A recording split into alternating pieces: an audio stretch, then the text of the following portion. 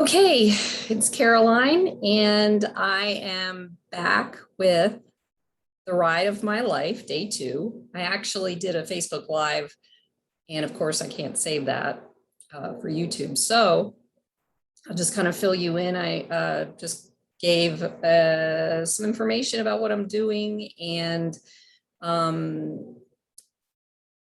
the process I'm beginning with moving into this new exciting time, a little scary, and basically trading in or selling my leased vehicle for a van or something similar to go out on the road for a while. And today in day 2, I kind of gave a description of some of the things that I've been working on. And the biggest thing is that learning to live in a van is like really challenging me. I can tell you that right now, but that's okay. I'm doing fine right now. Fine. I'm good. Learning curves have always caused anxiety for me because I'm kind of stubborn about having to learn something new, even though I love learning new things. So it's hard to explain that. Anyway, this is huge, and I'm sure you can imagine that. So here's how I do this. So keeping my mind off of it as much as possible. I'm also continuing to work on decluttering and getting rid of pretty much everything I own. And this part of getting rid of things isn't particularly hard for me, excuse me, as I've been doing this for years. Pretty much my whole life. I've moved a lot. So this part won't be that difficult. The hardest part is actually selling online. And what's interesting is, like, I just put up last week, I put up about 4 or 5 things at 2:20 in the morning because I couldn't sleep, and I sold them all in that day. Then I put up 4 or 5 things, I think about 4 days ago or 3 days ago, and nothing, no hits. I got someone offering me like low balling on something, and I was like, okay, I know I'm trying to get rid of stuff, but that's a bit crazy. So anyway, these last posts have been crickets, and that challenges me too. So I like to use the word challenge.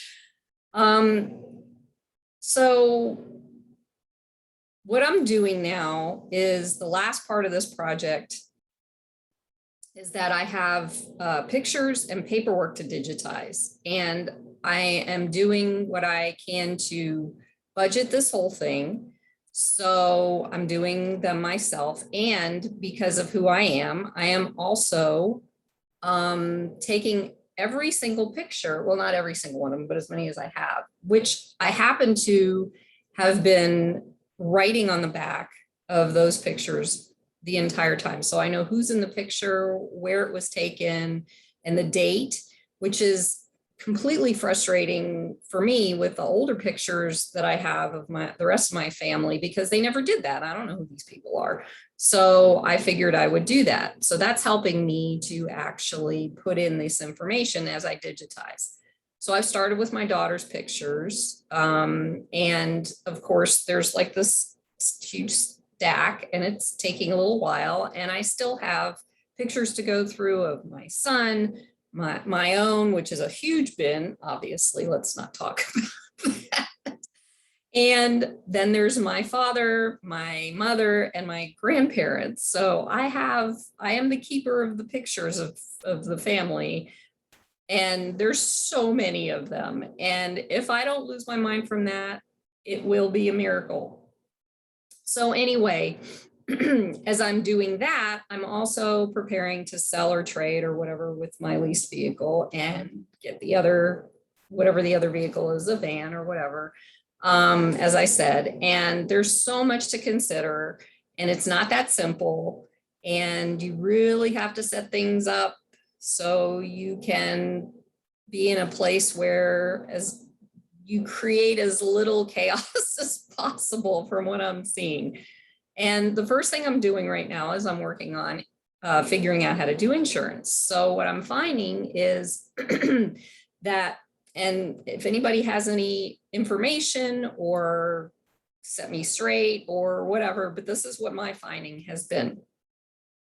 If you buy a van, like a cargo van or a passenger, actually cargo van, generally cargo vans have been used as work vehicles. So a lot of the cargo vans had commercial insurance on it. And one of the videos I watched said that you need to switch it over to, to personal insurance.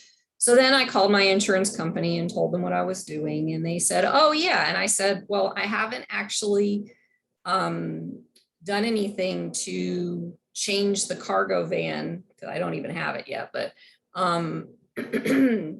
to, what is it? To, I forgot the word, to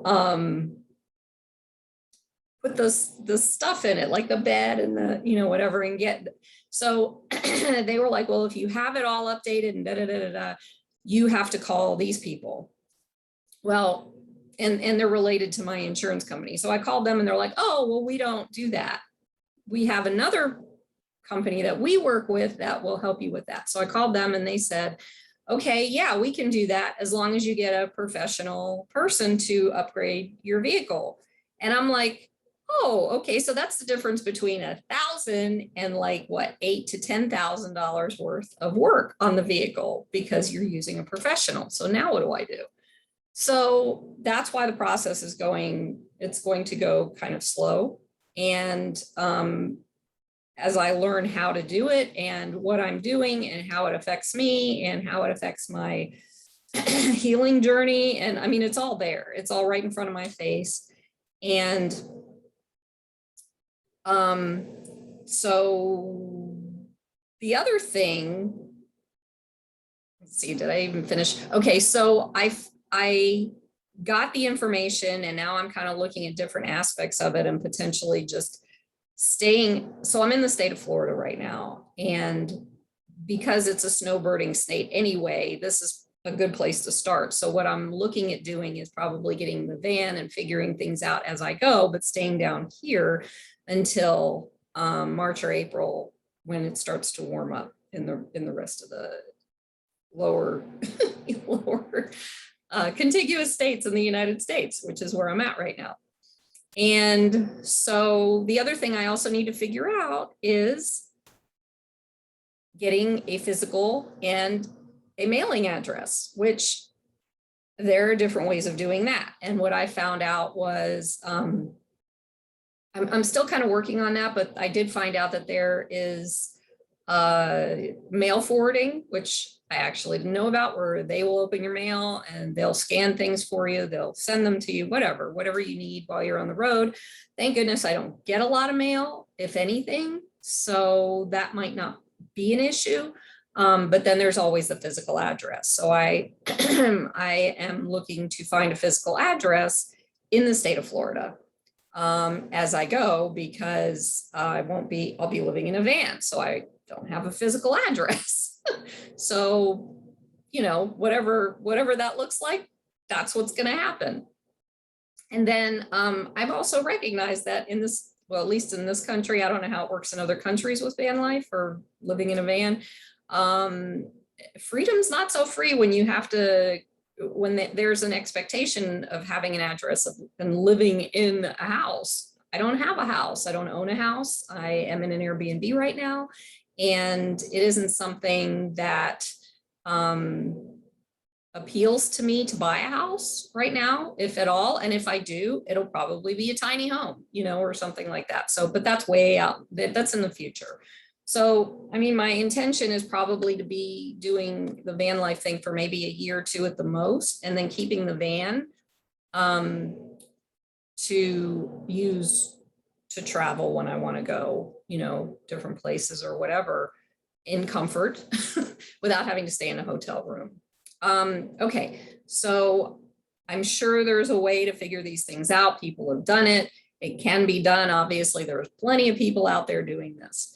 And the videos I've been watching and trying to learn how to do all this stuff have actually put more information in my brain, which gets it going and going and going. And I really don't have a way of deciphering it for myself. So what I need to do is, and I'm putting this out there, I don't know how this is going to, work, but what I need to do is actually talk to someone who's done this, who's done it or is doing it, so I can talk my way through what I'm learning, the decisions I need to make, understanding what's happening, because I really get lost in my head with all this information. It's way too much. And I know about myself enough to know that if I don't talk to somebody about this, then it's going to take me a lot longer to figure out how to do this on my own. So the bottom line is, like, if you have experience in it and you are I'm just looking for that person who's open and anyway, you get the point. So I think that's about it for today, day 2. Today, part of my day-to-day is off looking into selling or trading, finding a vehicle. Now that I kind of sort of have the insurance information in my head. We'll see. But anyway, thank you so much for being here, and stay in touch, comment, do what whatever you guys do out there. And welcome to the ride of my life. Thank you. Have a great day. Bye.